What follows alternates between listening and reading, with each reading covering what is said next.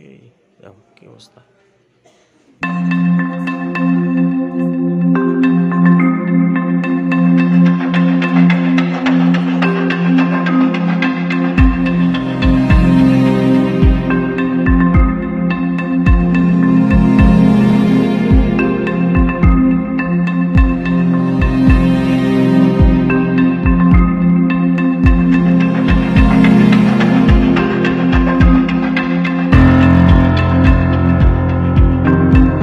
Restaurant দিচ্ছি, যেহেতু কক্সবাজারে অনেক রেস্টুরেন্ট আছে, সব জায়গায় বেশিরভাগই লাইভ মিউজিক আছে। আমার এখানে লাইভ মিউজিক সিস্টেম চালু করছি।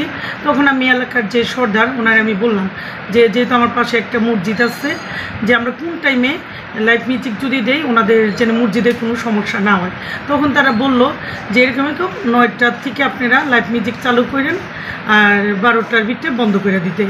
আমি এলাকার মানুষের যেভাবে আমারে বলছে আমি ওইভাবেই লাইভ মিউজিকটা চালু করি, ওইভাবে বন্ধ করি। এর ভিতরে আমার সামনে একটা হোটেল আছে এসআই ইন্টারন্যাশনাল, ওর দোতলায় রেস্টুরেন্ট আছে। ওর হোটেলে গেস্ট আমার এইখানে আসছে, খাওয়া দাওয়া করে।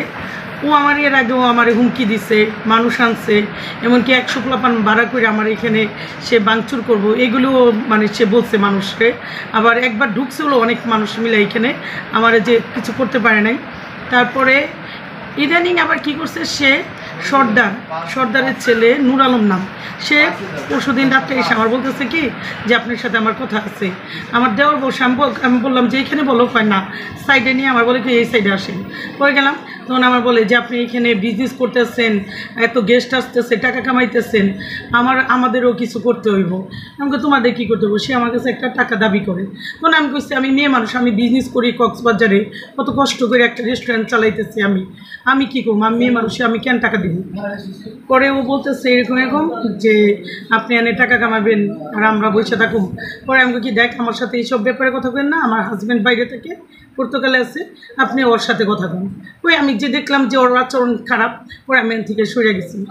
যাওয়ার পরে আমি আর এটা নিয়ে মাথায় কোনো ইটি রাখিনি। কালকে আবার ওর বাবা আসছে, বাবা এসে বলে কি যে আমার ছেলে তোমার সাথে এরকম করছে, আমরা ওরা অনেক নিষেধ করছি, তারপরে তোমার সাথে এরকম করছে, ও আর তোমার সাথে এরকম করবো না, তুমি রাত 9:30 থেকে তুমি লাইভ মিউজিক দিও, 12টায় বন্ধ করে দিও। আমাকে আচ্ছা আঙ্কেল, যেহেতু সমাজে তারে সবাই মানে, আমি তার কথা মানি, সে মুরব্বী, আমি তার কথা মাইনা চলি।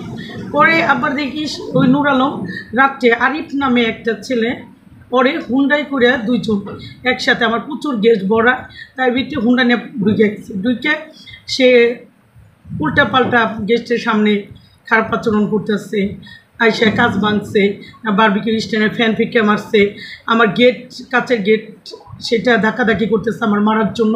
পরে আমি পুলিশকে ফোন দিছি, ফোন দেওয়ার পরে পুলিশ আসছে।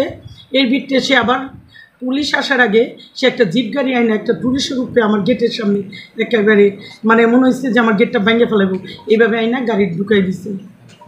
ঢোকার পরে বলে কি যে আমার নামে 10টা মামলা আছে, আমি সবসময় জেল খাটি, আমার কিচ্ছু হয় না, তুই আমারে কি করতে পারবি।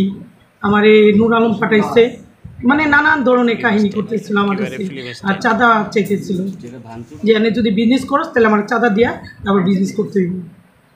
এখন এই বিষয়ে আপনি কী চান? আমি এই বিষয়ে, যেহেতু ট্যুরিস্ট এলাকায় আমি একটা বিজনেসম্যান, আমি চাই যে কক্সবাজারে যারা বিজনেস করে তারা জেনে এরকম চাঁদাবাজির শিকার না হয়। আমরা এত কষ্ট করে একটা রেস্টুরেন্ট চালাই, এখানে আমার 2 রেস্টুরেন্ট মিলে না হলেও 70 জন স্টাফ আছে, তাদেরকে আমরা বেতন দিই। অবশ্যই আমরা চাবো রেস্টুরেন্ট ভালো চলুক, কিন্তু তারা যেভাবে চাঁদা দাবি করে এভাবে আমরা রেস্টুরেন্ট কীভাবে চালাবো?